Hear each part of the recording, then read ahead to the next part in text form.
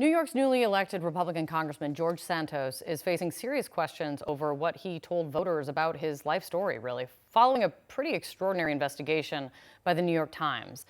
The bio that he presented at various points during his campaign just not really seeming to add up, including his educational background, his employment history, even a charity that he says he founded. Let's tick through just some of this. Santos has said that he received degrees from Baruch College and NYU, New York University. CNN has reached out, and neither school can find records of that. His campaign bio also mentions working at both Citigroup and Goldman Sachs. Neither firm has record of that. And he claims that he founded a nonprofit animal rescue called Friends of Pets United. But the operation is not found in the IRS's searchable database.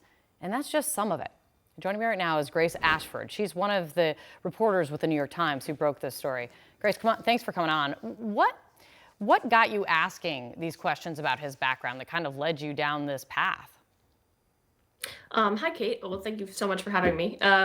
Yeah, so this all started shortly after the election. My colleague Michael Gold and I were assigned to write what we thought would be a pretty quick piece on this new congressman from Long Island who is drawing a lot of attention. He not only flipped what had been a pretty blue district red, but he was also sort of this new model of perhaps what the GOP could be in the future. He's only 34 years old.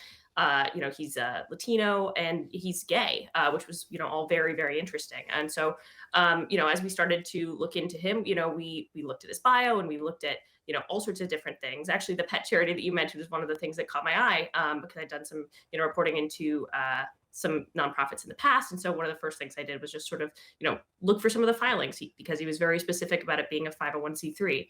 And when we weren't able to find that with the IRS, we started to have some bigger questions.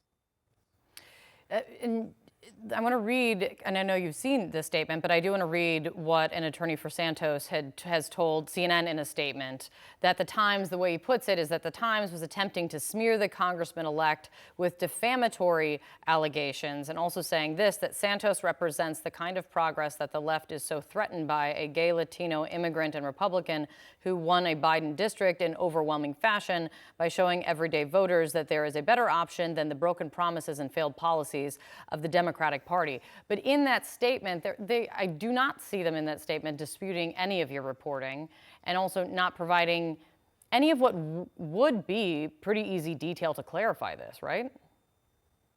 Right. We spent a lot of time going back and forth with Mr. Santos's lawyer and trying very hard to, initially just to sort of clear up what we thought were some inconsistencies in his bio. And, one of the kind of easy things you do is sort of, call around and talk to people who worked at a place at the same time as, someone, so you can get a sense of them and, what kind of a colleague they were, or an employee. But his, didn't have those kinds of things. And so initially, when we were just asking for that kind of, those types of documents and details and even dates when he was at a place and when they couldn't, and repeatedly they couldn't provide that to us, which was very disappointing for us.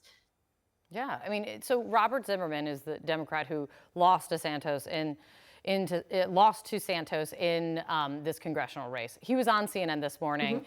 And he says that his campaign was aware. He says that the DCCC was aware that there were questions about his resume, that there was some local reporting about it, but not to the extent of what you have uncovered and what you've been reporting on.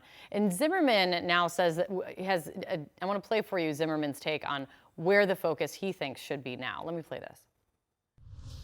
The only finger pointing should be at George Santos. This man is a fraudster. The allegations of fraud and corruption are well documented in the Times story, and there has to be a House Ethics Committee investigation into him, and there has to also be a Department of Justice investigation. From your reporting, Grace, do you get the sense that his campaign and the DCCC that they missed something here? Well, we were lucky enough to have several weeks to look into this. And part of it was that, as I sort of said, once we started turning up things, more and more things we started to check didn't add up, as you sort of said in your introduction. And then we really just focused on the documents. We looked at his financial disclosure and, kind of, I think one of the biggest questions that our reporting raises is what the source of Mr. Santos's fortune is. Right. He's loaned over $700,000 to his campaign, which is, no small sum, and didn't disclose, sort of any of the clients that, perhaps could have contributed to that, or answer some of the other questions that we shared with him. I think that there's a lot of questions that we When would you we get love Mr. something- Santos to answer.